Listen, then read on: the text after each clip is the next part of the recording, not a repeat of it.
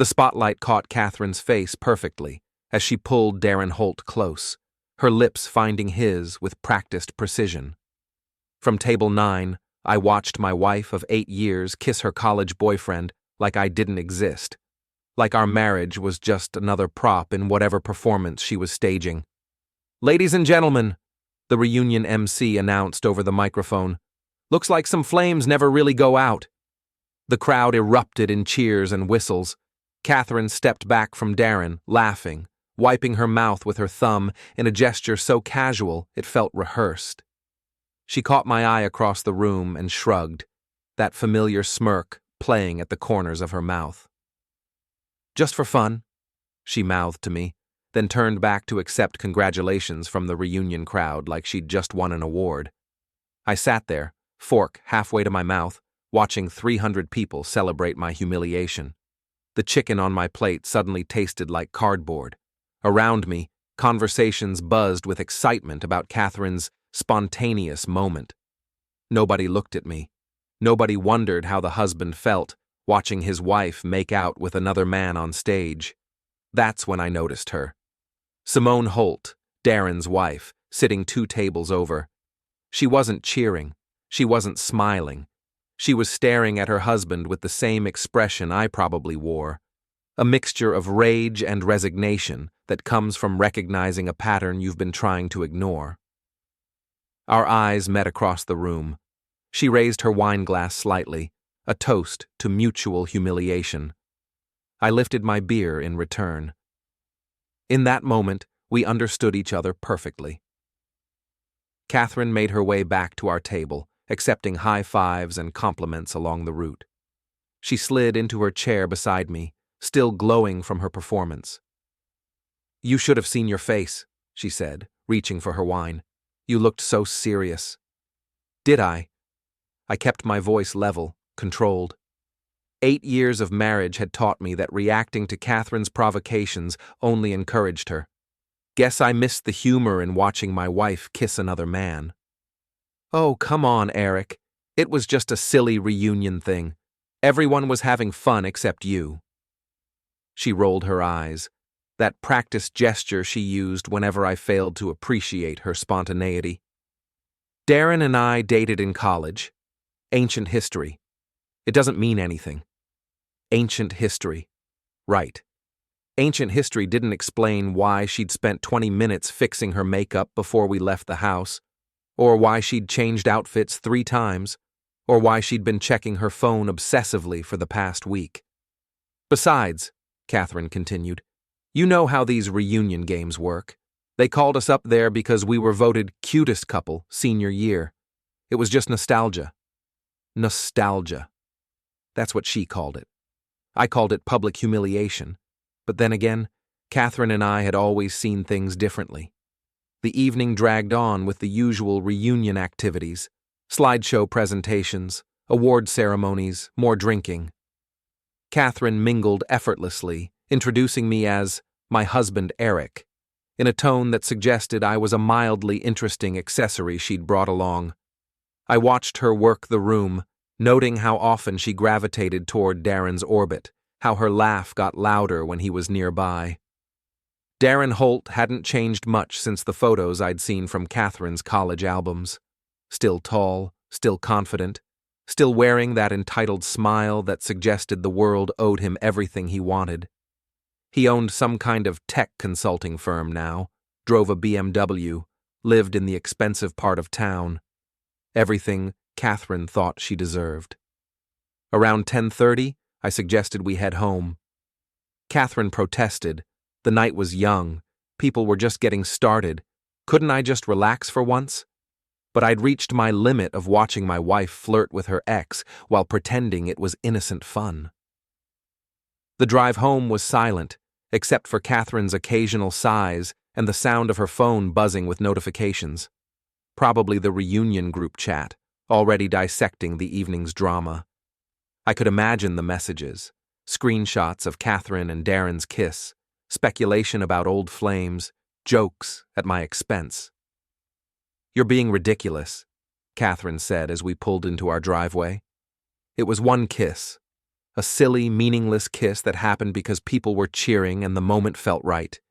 You're acting like I had an affair. I turned off the engine and sat in the darkness of our garage. Are you? Am I what? Having an affair. Katherine laughed, but it sounded forced. With Darren. Eric, I barely talked to the man. Tonight was the first time I'd seen him in years. That's not what I asked. She got out of the car without answering, her heels clicking against the concrete floor as she headed for the house. I followed her inside, watching as she kicked off her shoes and headed straight for the wine cabinet. I'm going to have a nightcap, she announced. Try not to brood too much about tonight. It really was just for fun. Just for fun. Those words echoed in my head as I headed downstairs to my workshop. Katherine thought everything was just for fun, flirting with old boyfriends, embarrassing her husband in public, dismissing his concerns with a laugh and a wave of her hand. My workshop occupied half of our basement, a cluttered space filled with tools, half-finished projects, and the detritus of my handyman business. I'd built most of the cabinets myself, installed the pegboard walls, created a space where everything had its place and purpose. Unlike my marriage, my workshop made sense. I sat at my workbench and opened my laptop, ostensibly to check emails, but really to avoid going upstairs where Katherine would want to rehash the evening and explain why I was overreacting. The screen cast a blue glow across the familiar chaos of my tools. That's when I remembered the photo albums. Katherine kept digital copies of everything: college photos, reunion pictures, vacation snapshots. She'd organized them obsessively, creating folders and subfolders for every event and occasion. I'd helped her transfer everything to our shared cloud storage years ago, back when sharing memories seemed romantic instead of investigative. I opened the reunion folder and scrolled through 5 years of photos. There was Katherine at the 10-year reunion, radiant in a red dress I remembered buying for her, and there was Darren, appearing in photo after photo, not just group shots, but pictures of the two of them talking, laughing, standing closer than old friends typically stand. I clicked through the images, noting details I'd missed or ignored at the time. Katherine's hand on Darren's arm, Darren whispering something in her ear while she laughed. The two of them stepping outside for air, captured in a blurry photo someone had posted to the group album. 5 years ago. The 10-year reunion. I remembered that night differently now. Katherine's excitement about seeing old friends, her insistence on staying late, her unusual interest in looking perfect. I'd attributed it to normal reunion nerves, the desire to show off how well she was doing. But looking at these photos now, I saw something else entirely. My phone buzzed with a text message. Unknown number. We should talk. Soon. Simone. I stared at the message for a long moment, then typed back, Yes, we should. Her response came immediately. Tomorrow. Coffee. I'll text you the place. I closed the laptop and sat in the quiet darkness of my workshop, surrounded by tools that could fix almost anything. But some things, once broken, couldn't be repaired. They could only be replaced. Upstairs, I could hear Katherine moving around, getting ready for bed. She'd probably want to discuss tonight's events, to convince me once again that I was overreacting, that her public display of affection with another man was just innocent fun. But I wasn't interested in her explanations anymore. I was interested in the truth, and tomorrow I was going to start looking for it. Simone had chosen a coffee shop on the other side of town, away from the usual places where Katherine and her friends might appear. Smart thinking. When I arrived at 9 the next morning, she was already there, sitting in a corner booth with her back to the wall, wearing dark sunglasses despite being indoors. She looked up as I approached, and I could see the exhaustion in her face, even through the tinted lenses. "Thank you for coming," she said, gesturing to the seat across from her. "I wasn't sure you would. After last night, I think we both need answers." Simone removed her sunglasses, revealing eyes that were red-rimmed but determined. How long have you suspected? Honestly, until last night I thought I was being paranoid. Katherine's always been social, flirty. I told myself it was just her personality. I signaled the waitress for coffee. But seeing them together, the way they looked at each other, it wasn't nostalgia. No, it wasn't. Simone opened her purse and pulled out a small notebook. I've been keeping track for 3 months now. Darren's work trips that don't match his actual business calendar. Charges on our credit card for hotels I've never seen. Phone calls he takes in the garage. She flipped through pages covered in neat handwriting, dates, times, locations, amounts. It was methodical, thorough, the kind of documentation that spoke to months of careful observation. 3 months, I repeated. What made you start paying attention? He came home from a business dinner smelling like perfume. Not my perfume. When I asked about it, he got defensive, said one of his clients was overly friendly, hugged him goodbye. But the smell. She shook her head. I knew that perfume. Katherine wore it to our Christmas party last year. The waitress brought my coffee, and I took a moment to process what Simone was telling me. You think they've been seeing each other since Christmas? I think it started before that. The Christmas party was just when they got careless. Simone turned to a specific page in her notebook. Look at this. January 15th through 17th. Darren told me he was in Chicago for a client meeting, but I found the hotel receipt, the Marriott in Tahoe. 2 guests, 3 nights. She slid the receipt across the table. There it was, clear as day, a romantic weekend getaway charged to Darren's business account. Katherine told me she was visiting her sister that weekend, I said, staring at the receipt. Said Jennifer was going through a rough patch and needed support. Did you call to check? No. I trusted her. The words tasted bitter in my mouth. I trusted my wife. Simone reached across the table and touched my hand briefly. I trusted my husband too. Trust makes us stupid sometimes. I pulled out my phone and scrolled through my calendar, looking for that January weekend. There it was, Katherine's trip to Portland to see her sister. Except now I was wondering if she'd ever left California. We need to compare calendars, I said. All of Darren's trips, all of Katherine's absences. If they match up, they will. Simone's voice was flat, certain. I've already started the comparison based on what I know about your wife's schedule from social media. She's very active on Instagram. That was true. Katherine documented everything. Coffee dates with friends, yoga classes, shopping trips. I'd always found it annoying, her need to broadcast every mundane detail of her life. Now I realized it might be useful. Show me, I said. For the next hour, we sat in that coffee shop matching dates and creating a timeline of deception. Darren's business trip to Sacramento in February, the same weekend Katherine attended a teaching conference that I couldn't find any record of online. His client dinner in San Francisco in March, when Katherine had a girls' night out that lasted until 2 in the morning. The pattern was undeniable. For at least 6 months, my wife and Simone's husband had been conducting a systematic affair, complete with romantic getaways and elaborate cover stories. There's something else, Simone said, pulling out her phone. I found text messages. She showed me screenshots of conversations between Darren and someone listed in his contacts as K. Wilson, Katherine's maiden name. The messages were carefully worded, nothing explicitly romantic, but the intimacy was obvious to anyone who knew what to look for. Can't wait to see you this weekend, one message read. Same here. I've been thinking about our conversation all week, came the reply. Eric doesn't suspect anything, does he? No. He's too busy with his little projects to notice what's happening right in front of him. I stared at that last exchange, dated just 2 weeks ago.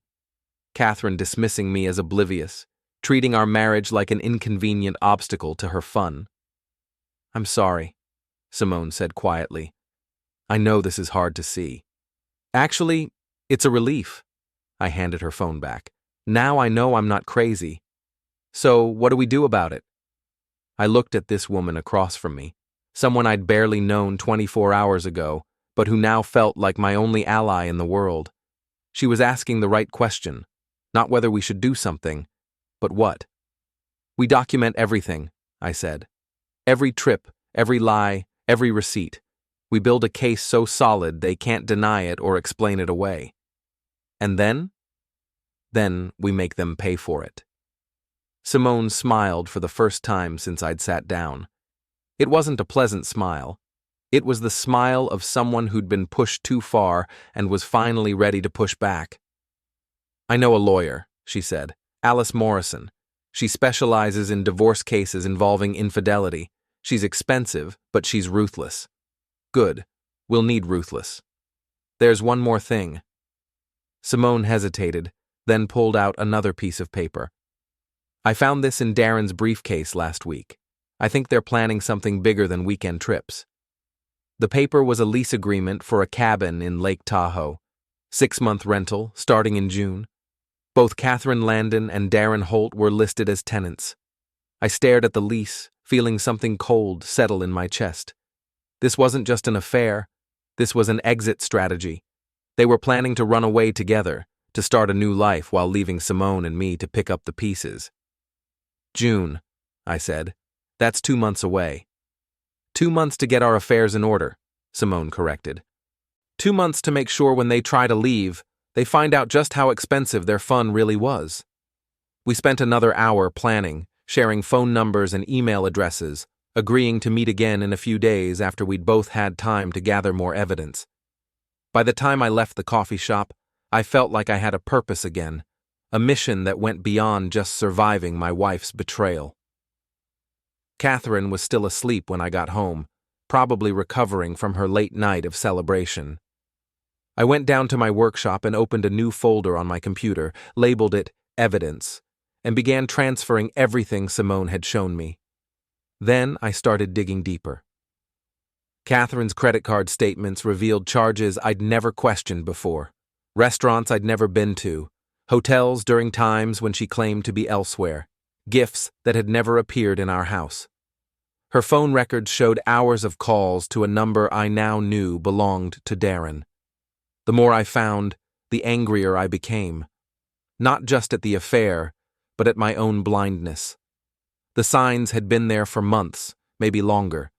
Katherine's increased interest in her appearance, her sudden need for privacy, her dismissive attitude toward our marriage. I'd attributed it all to normal relationship evolution, the natural cooling that happens after 8 years together. But it wasn't natural cooling. It was calculated abandonment. My phone buzzed with a text from Simone. Alice can meet with us Thursday. Are you free at 2? I typed back, I'll be there. Then I added, thank you for this, for not letting me think I was crazy. Thank you for believing me, she replied. Most men would have defended their wives. Most men probably would have. But most men hadn't watched their wives kiss other men on stage while 300 people cheered. Most men hadn't spent years being dismissed and diminished by someone who was supposed to love them. I wasn't most men, and Katherine was about to find out exactly what kind of man I really was.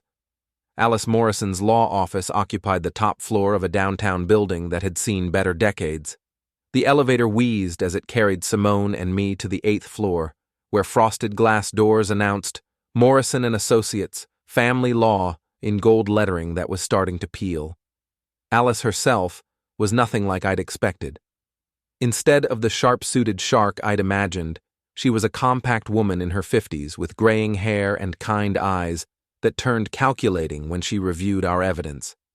This is thorough work, she said, flipping through the timeline Simone and I had compiled over the past 3 days. Hotel receipts, phone records, credit card statements, text messages. You've built a solid foundation. Is it enough for divorce proceedings? Simone asked. More than enough. California is a no-fault state, so technically we don't need to prove adultery, but this level of documentation will be very useful in settlement negotiations. Alice looked up from the papers. The question is, what do you want to achieve? We want them to pay, I said. Not just financially, Socially, professionally, we want consequences. Alice nodded approvingly. I can work with that. But we need to be strategic. If we move too fast or too aggressively, they might lawyer up and make everything more complicated. She opened her laptop and pulled up what looked like a project timeline. Here's what I recommend. We file both divorces simultaneously, same day, same time, maximum shock value. But before we do that, we make sure all assets are protected and we have complete financial disclosure. What does that mean, practically? Simone asked. It means we freeze joint accounts, document all marital property, and make sure they can't hide assets or transfer money before the proceedings begin. Alice turned to me. Eric, do you and Katherine have joint accounts? Everything's joint. Checking, savings, credit cards. She insisted on it when we got married, said separate finances were a sign of distrust. Alice and Simone exchanged a look. Classic control tactic, Alice said. She wanted access to your money and information about your spending. Did she handle the household finances? Mostly. I just deposited my paychecks and let her manage the bills. Saying it out loud made me realize how naive I'd been. She said she was better with numbers. We'll need to change that immediately. Tomorrow, you're going to open individual accounts and start redirecting your income. We'll leave enough in the joint accounts to cover legitimate household expenses, but we're going to protect your earnings. Alice turned to Simone. What's your financial situation? More complicated. Darren owns his business, but I'm listed as a partner for tax purposes. We have significant assets, the house, investment accounts, his company stock, but most of it's in his name. That's actually good news. If he's been using business accounts to fund his affair, we can argue for misuse of marital assets. Those Tahoe hotel charges, the cabin lease, if any of that was paid for with business funds, we can claim compensation. Alice spent the next hour walking us through the legal process, explaining timelines and procedures, discussing strategy. By the time we left her office, I felt like I was part of a military operation instead of a divorce proceeding. One more thing, Alice said as we reached the elevator. I need you both to start documenting everything going forward, every conversation, every suspicious behavior, every lie. Keep detailed notes with dates and times. If this gets contentious, and it probably will, documentation will be your best weapon. The elevator arrived, and as the doors closed, Simone turned to me. Are you ready for this? Once we start, there's no going back. I've been ready since I watched my wife kiss another man in front of 300 people, I replied. The only question is whether they're ready for us. That evening, Katherine was in an unusually good mood. She'd spent the day shopping with her friend Becca, returning home with several bags and a bright smile that seemed genuine for the first time in months. I got you something, she said, pulling a shirt from one of the bags. That blue you like. I took the shirt, noting the expensive label and the fact that it was exactly my size and preferred style. Katherine hadn't bought me clothes in years, claiming she never knew what I wanted. What's the occasion? I asked. Do I need an occasion to buy my husband a gift? She kissed my cheek, and I caught a whiff of the perfume Simone had mentioned, the scent Darren had carried home from his supposed business dinner. Thank you, I said. It's perfect. I thought we could go out to dinner tonight, that Italian place you like, my treat. This was new behavior. Katherine suggesting dinner out, offering to pay, buying me gifts. If I didn't know about the affair, I might have been pleased by her sudden attention. Instead, I recognized it for what it was: guilt management. Sounds great, I said. Let me just finish up some paperwork first. I went downstairs to my workshop and immediately started documenting the evening's events. Gift purchase, dinner invitation, unusual affectionate behavior. Alice had been right about keeping detailed notes. Every interaction with Katherine now felt like evidence gathering. My phone buzzed with a text from Simone. Darren's working late again tonight. 3rd time this week. How's Katherine? Suddenly attentive. Bought me a gift and wants to take me to dinner. Guilt presents. Darren brought me flowers yesterday for no reason. When do we move? Alice says next Friday. Papers will be ready Thursday, served Friday morning. 1 week.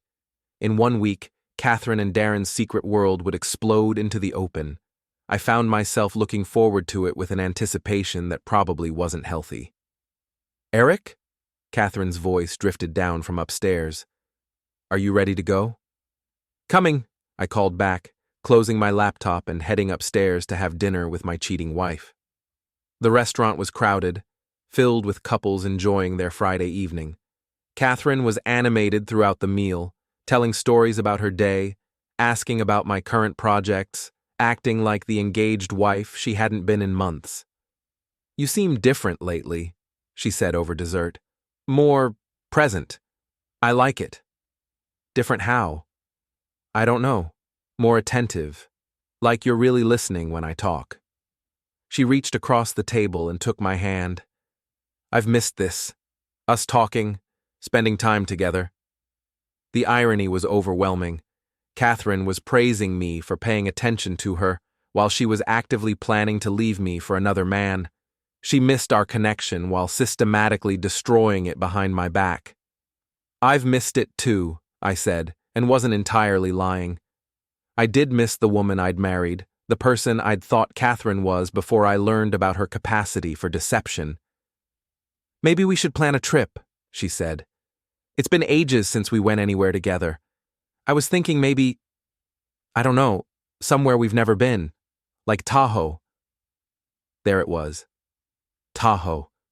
She was actually suggesting we visit the place where she'd been conducting her affair, where she and Darren had signed a lease for their romantic getaway. Tahoe sounds nice, I said. When were you thinking? Maybe this summer, June or July. I could look into rental properties, find us something romantic. Something romantic. Like the cabin she'd already rented with her lover. That sounds perfect, I said. I'd love to see what you find. Katherine smiled, squeezing my hand. I love you, Eric. I know I don't say it enough, but I do. You're a good man, and I'm lucky to have you. I looked at my wife across the candlelit table, her face glowing with apparent sincerity, and felt nothing but pity. She was so convinced of her own cleverness, so certain she was managing both relationships perfectly. She had no idea that her secret was already exposed, that her carefully constructed lies were about to collapse around her. I love you too, I said, meaning it in the past tense. We drove home in comfortable silence, Katherine humming along to the radio, completely unaware that she'd just spent the evening having dinner with the enemy. I helped her clear the dishes, kissed her goodnight, and went downstairs to update my notes. 1 week until everything changed. 1 week until Katherine learned that her fun had consequences. I was counting the days. Friday morning arrived gray and drizzling, the kind of weather that made everything look slightly ominous. I was in my workshop by 6, ostensibly organizing tools, but really just trying to keep my hands busy while I waited for Alice's call. Katherine had left early for a yoga class, kissing me goodbye with unusual enthusiasm. Have a great day, honey, she'd said. I'll see you tonight. Tonight. By tonight, everything would be different. My phone rang at exactly 9 o'clock. It's done, Alice said without preamble. Both sets of papers were served simultaneously. Katherine at the university, Darren at his office. My process servers said both reactions were dramatic. Dramatic how? Katherine apparently went pale and had to sit down, asked the server 3 times if there was some mistake. Darren tried to refuse service, claimed he was too busy for legal papers. Neither of them saw it coming. I felt a surge of satisfaction that surprised me with its intensity. After months of being the clueless husband, the one left out of the secret, it felt good to be the one with superior information. What happens now? Now we wait for them to call their lawyers and start scrambling. I expect you'll hear from Katherine within the hour. Remember what we discussed. Don't engage with arguments or explanations. Just refer her to me. Alice was right. Katherine called at 9:47, and I could hear the tears in her voice before she said a word. Eric, what is this? What are these papers? There's been some kind of mistake. No mistake, I said calmly. I'm filing for divorce. But why? What happened? We just had dinner last night. Everything was fine. You said you loved me. I do love you, Katherine. I love the woman I married, but that woman disappeared somewhere along the way. I don't understand. Is this about the reunion? About that silly kiss? Eric, I told you that was nothing. It's not about the kiss. It's about Darren. It's about the hotels and the lies and the cabin in Tahoe you rented together. Silence. Long, telling silence. I don't know what you're talking about, she finally said, but her voice lacked conviction. Room 237 at the Marriott Tahoe, January 15th through 17th. The Sheraton Sacramento, February 22nd. Should I continue? Eric, please, let me explain. All explanations go through my lawyer now, Alice Morrison. I'm sure you'll be hearing from her. I hung up before Katherine could respond, then immediately called Simone. How are you holding up? I asked. Better than expected. Darren came home an hour ago, furious, started yelling about lawsuits and false accusations. Then I showed him the hotel receipts and he got very quiet very quickly. Did he admit anything? He tried the usual deflection. It was just business. Katherine was going through a rough patch and needed someone to talk to. Nothing physical happened. But when I mentioned the cabin lease, he stopped talking altogether. Alice says we should expect them to lawyer up quickly. Already happening. Darren's on the phone with his business attorney right now. But here's the thing, Eric. I don't think they expected us to compare notes. They're scrambling to get their stories straight. That afternoon, I got a call from Katherine's friend, Becca. Eric, what the heck is going on? Katherine's a mess. She says you filed for divorce out of nowhere, that you won't even talk to her. Did she tell you why I filed? She says it's all a misunderstanding. Something about you being jealous of her friendship with an old college boyfriend. Friendship? Is that what she's calling it? Eric, I've known Katherine for 10 years. She's not the cheating type. She loves you. Maybe you guys should try counseling before you do something permanent. I almost laughed. Becca was probably sincere, but she was also Katherine's closest confidant. If Katherine hadn't told her about the affair, it meant she was still trying to control the narrative, still hoping to minimize the damage. Becca, I appreciate your concern, but this isn't a decision I made lightly. Katherine knows exactly why I'm filing. She's my best friend, Eric. I hate seeing her like this. Then maybe you should ask her about her trips to Tahoe. Another silence. Then, what trips to Tahoe? Ask her, I repeated, and hung up. By evening, the phone calls had started in earnest. Katherine's sister, Jennifer, confused and concerned. Katherine's mother, demanding to know what I thought I was doing. Even my own sister, Denise, who'd heard about the divorce through some mutual friend and wanted to make sure I was thinking clearly. 8 years of marriage, Eric. That's not something you throw away lightly. I'm not throwing it away, I told Denise. Katherine already did that. What does that mean? It means your sister-in-law has been having an affair for months, and I finally got tired of being the only one who didn't know about it. Denise was quiet for a moment. Are you sure? Katherine always seemed so devoted to you. I'm sure. I have hotel receipts, phone records, and a lease agreement for a love nest in Tahoe. I'm very sure. Oh, Eric, I'm so sorry. Don't be sorry. Be proud of me for finally standing up for myself. Katherine came home around 8, looking like she'd been crying for hours. Her makeup was smeared, her hair disheveled, her usual composure completely shattered.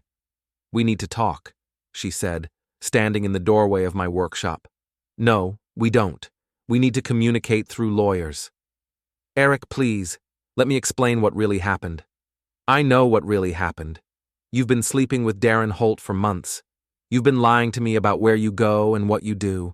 You rented a cabin with him so you could play house while you figured out how to leave your actual husband. Katherine's face crumpled. It wasn't supposed to happen like this. How was it supposed to happen? Were you planning to tell me before you moved in with him, or were you just going to disappear one day and leave a note? I never meant to hurt you. But you did hurt me.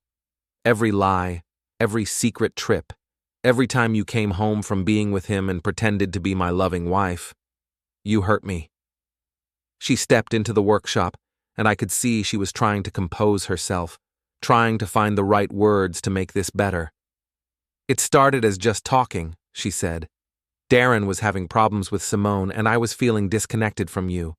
We were just friends at first. When did friends become lovers? It doesn't matter when. It matters to me. When, Katherine? She looked at the floor. Christmas, the night of his company party. You had to work late, remember? You couldn't come with me. Christmas. 4 months of systematic deception. 4 months of her coming home to me after being with him, of sharing our bed while planning her escape.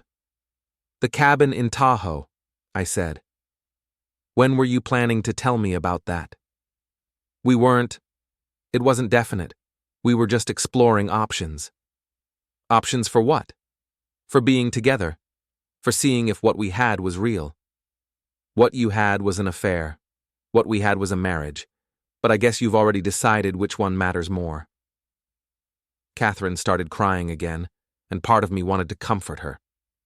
8 years of marriage don't disappear overnight, and seeing her in pain still affected me. But I forced myself to remember the hotel receipts, the secret phone calls, the casual way she'd dismissed me to her lover. I'm going to stay at Jennifer's tonight, she said. Give you some space to think. Don't do it for me. Do it because you don't belong here anymore. She flinched like I'd slapped her, then turned and walked upstairs. I heard her moving around in our bedroom, packing clothes, making phone calls. An hour later, she was gone. I sat in my workshop, surrounded by tools and projects, feeling oddly empty. This was what I'd wanted. Katherine out of the house. The pretense finally over. The truth exposed. But victory felt lonelier than I'd expected. My phone buzzed with a text from Simone. How did it go? She's gone, staying at her sister's. How about Darren? Hotel downtown. He's claiming he needs time to think, but I think he's just avoiding the conversation. Do you think they're together? Probably. But it doesn't matter now. They can be together all they want. It's going to cost them everything. I looked around my workshop, at the organized chaos that had always been my refuge, and realized that for the first time in months, I felt like I could breathe. The lies were over. The pretending was finished.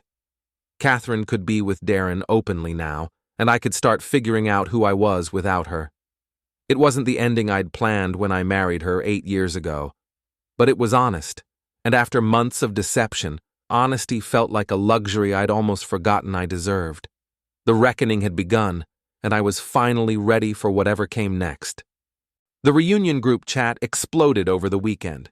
Becca, apparently unable to contain herself after our phone conversation, had started asking pointed questions about Katherine's recent travels. Someone else had noticed that both Katherine and Darren were conspicuously absent from social media. By Sunday morning, the speculation was running wild. I knew this because Simone was monitoring the group chat and forwarding me the most relevant screenshots. It was fascinating to watch our former classmates piece together the puzzle in real time. Did anyone else think that kiss at the reunion seemed a little too intense? Someone had posted. I heard Eric filed for divorce, saw Katherine at Starbucks yesterday and she looked terrible. Wait, are Katherine and Darren actually having an affair? I thought that was just reunion drama. My cousin works at the hotel downtown, says Darren Holt checked in Friday night, alone. The speculation was becoming fact through repetition, which was exactly what I'd hoped would happen. Katherine and Darren had built their affair on secrecy and discretion. Now that the secret was out, they were discovering how quickly their social circle could turn on them. Monday morning brought a call from Alice with an update on the legal proceedings. Both of them have retained counsel, she said. Katherine hired David Chen from Morrison's old firm, competent but not particularly aggressive. Darren went with Rebecca Torres, who's expensive and ruthless. Is that good or bad for us? Mixed. Chen will probably push for a quick, quiet settlement. Torres will fight everything, which means more billable hours, but potentially better outcomes for us if we're prepared. We're prepared. Yes, you are. I've rarely seen clients with this level of documentation. But Eric, I need to warn you, things are going to get ugly. When people are caught in affairs, they often lash out at everyone around them. Katherine may try to blame you for the marriage falling apart. Alice was right. That afternoon, I got a call from Katherine's mother, Helen, who had clearly been briefed on the new narrative. Eric, Katherine tells me you've been emotionally distant for years, that you never supported her career, never showed interest in her friends or activities. She says the marriage has been over for a long time. Is that what she told you? She says this thing with Darren was just the final straw, that she was already planning to leave you anyway. I had to admire Katherine's creativity. In her revised version of events, I was the neglectful husband who had driven her into another man's arms. The affair wasn't betrayal, it was liberation. Helen, did Katherine mention the cabin she rented with Darren? The one they planned to move into together? She said that was just... She needed space to think about the marriage. Space to think, with her lover, in a romantic cabin, for 6 months. Helen's voice got smaller. Maybe there are things I don't understand. Maybe there are. But I understand them perfectly now. The social pressure was affecting Katherine in ways I hadn't anticipated. Her friend Becca called me Tuesday evening, sounding genuinely distressed. Eric, I think I owe you an apology. I've been asking around and, well, some things are starting to make sense. What kind of things? Katherine's been lying to me too, about where she was going, who she was with. Last month she told me she was having dinner with you, but then I saw her at Romano's with some guy I didn't recognize. Darren. Yeah, I figured that out. The thing is, Eric, she's been my best friend for 10 years. I thought I knew her, but this isn't the person I thought she was. People change, I said, or maybe they just get better at hiding who they really are. She's been calling me constantly since Friday, wanting to meet for coffee, wanting to talk, but every conversation is about managing the story, making sure people understand her side. She's not sorry about what she did. She's just sorry she got caught. That was Katherine in a nutshell, always more concerned with appearances than reality, more interested in controlling the narrative than addressing the actual problem. Wednesday brought news that Darren's business was suffering. Simone had heard from mutual friends that several of his clients had canceled contracts, uncomfortable with the scandal surrounding his personal life. The tech industry in our town was small and gossipy, and adultery was bad for business. He's panicking, Simone told me during our weekly coffee meeting. Alice says his lawyer is pushing for a quick settlement, probably because he can't afford a prolonged legal battle if his business keeps declining. What about Katherine? Different strategy. Her lawyer is trying to paint her as the victim of a loveless marriage who found comfort in an old friend. They're going to argue that the affair was emotional, not physical. I laughed. Hard to argue that when we have hotel receipts. Exactly. But they're going to try. Alice says we should be prepared for Katherine to make some pretty serious accusations about your behavior during the marriage. What kind of accusations? Emotional abuse, financial control, incompatibility, standard playbook for someone trying to justify adultery. I thought about that for a moment. Katherine was going to try to rewrite 8 years of marriage, turning herself into the victim and me into the villain. It was bold, but it was also risky. Too many people knew us as a couple, had seen how we interacted, how Katherine dominated our relationship. Let her try, I said. I've got 8 years of evidence showing who really controlled that marriage. Thursday evening, Katherine showed up at the house unannounced. I was in the garage, working on a neighbor's lawnmower, when I heard her car in the driveway. "We need to talk," she said, standing in the doorway with her arms crossed. "I told you, all communication goes through lawyers. This isn't about the divorce.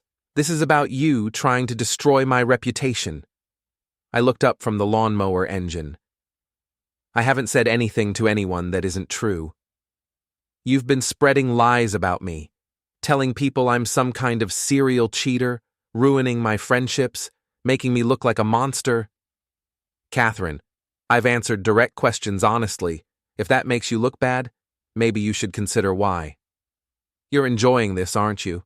Finally getting revenge on me for being more successful, more educated, more social than you."